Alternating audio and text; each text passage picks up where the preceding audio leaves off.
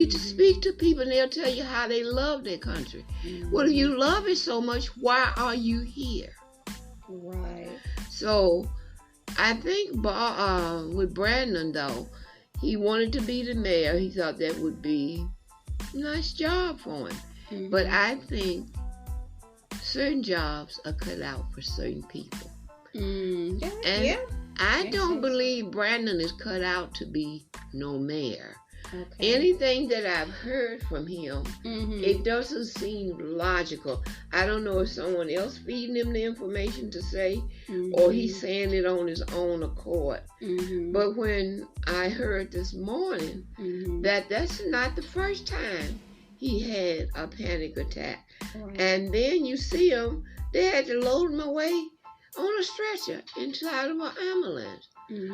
And this is the mayor of this city.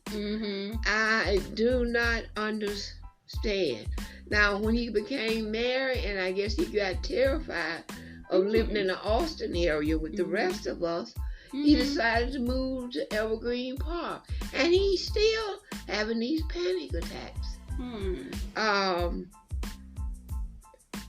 I think Brandon should just step down and someone else take the job.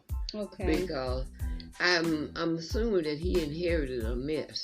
He inherited a mess. Like and people's from Shaft inherited a mess. And I think it's just overwhelming on him. And he's a young man. With children, school-age children, I just hate something mentally or physically, or you have a heart attack or something. But I am concerned about Brandon and his panic attacks. Yeah, it's just interesting that myself, as well as another resident of the area, actually the Austin area, that's right, we didn't know, and Miss Mary had to tell us, and I didn't know. And I'm like, say what?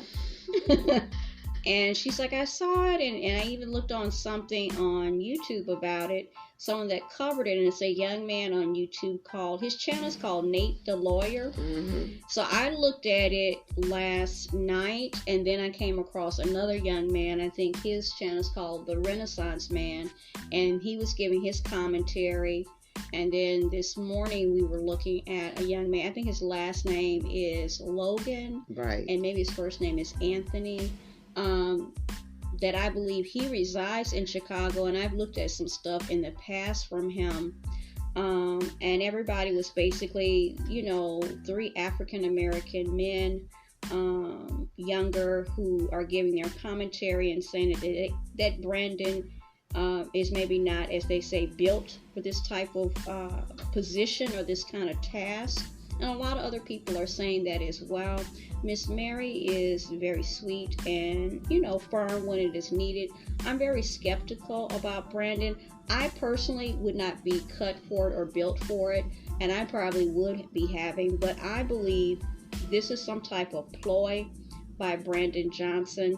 I don't know for what effect. The reason why I say this is because how he has treated other aldermen. I'm going to bring up Emma Metz, and I'm going to bring up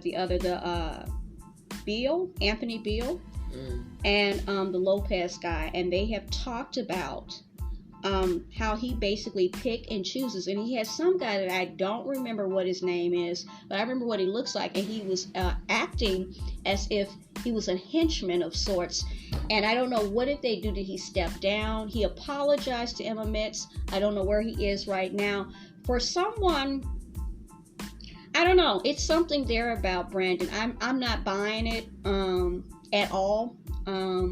Like I said, I would probably respond like that, but for him to be like that, and this seems like this is business as usual with him, and now he's very calculating and strategic, and I'm just going by the information that these 3 individuals and events, just a limited amount of information that has been supplied by these people, not so much Emma Metz, but especially Lopez and Beal. I see them a lot together. And then I saw a snippet of Beal talking in regards to what he said, what are you afraid of, when he was talking to, they had a meeting among the aldermen and whatnot. What are you afraid of in regards to giving a voice, letting the residents of Chicago have a voice on whether this city stays as a sanctuary state? City. And I didn't see the response, but the fact that they keep blocking certain people, okay, Bill Lopez, this is another guy that I remember when the Emma Mitch thing hit the fan. He spoke of it and how they called this young man, called and texted and told them not to come to this meeting, and asked them, do you want things to still be taken care of, giving an ultimatum and a threat, and if you do, don't come to this meeting. And I don't buy that Brandon didn't know. So no, I think it's an act. I think he is acting. I think he's just like a lot of the things. And I don't get into Democrats and Republicans. Those are constructs that imperfect human beings make, okay? They're all in cahoots. All of them. You can be a Republican. You can be a unicorn. I've said this before. You're all full of it, okay? So Brandon, I don't know, bruh, but I think you're full of it. I don't know what effect you think this is supposed to have, but there's a lot of us, including those 3 brothers that we looked at on YouTube, is like, no, you got to do better. You got to come better. And you're an educated man.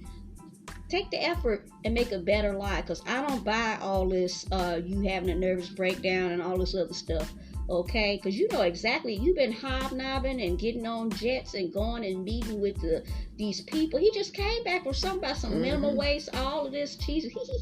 Okay, no, you full of it, and all of the rest of them are full of it too. Just like that thing that Miss Mary, I keep dragging her in to talk about them migrants and stuff. Everybody acting like they so this and they so that and they so put upon. Now we gonna stop them and we gonna put the razor wire.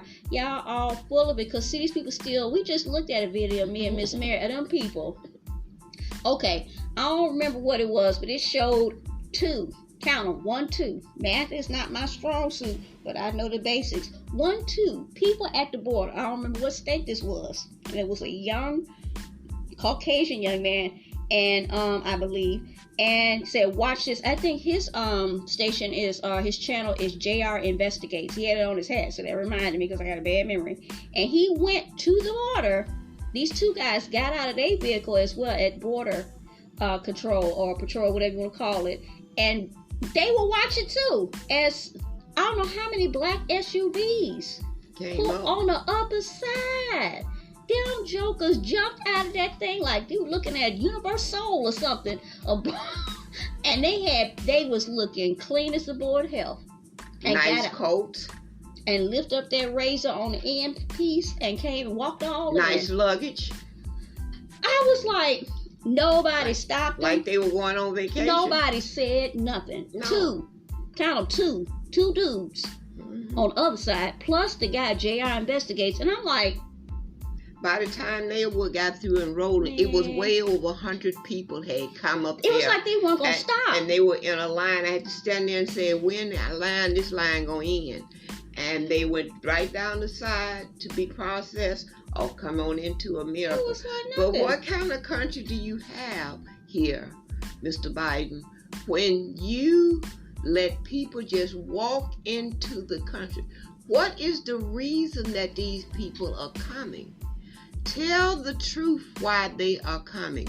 They're not sneaking. They're not illegal. They are not looking for asylum. They ain't looking for. Okay, what they put on news? They are coming in because an invitation. Invited. The people that brought them in the brand new SUVs this morning we looked at, well dressed. They stuffed them in like sardines. But they opened up that in the back. But I thought they were gonna never stop coming out. Then the other one came and lined it up next to it. What is this? And there was no one to stop them. They came through the fence and went on down the side, and no one. It's no thing. But yeah, it's something is going on here. The American people, some of us do not know what's going on. No. I would like to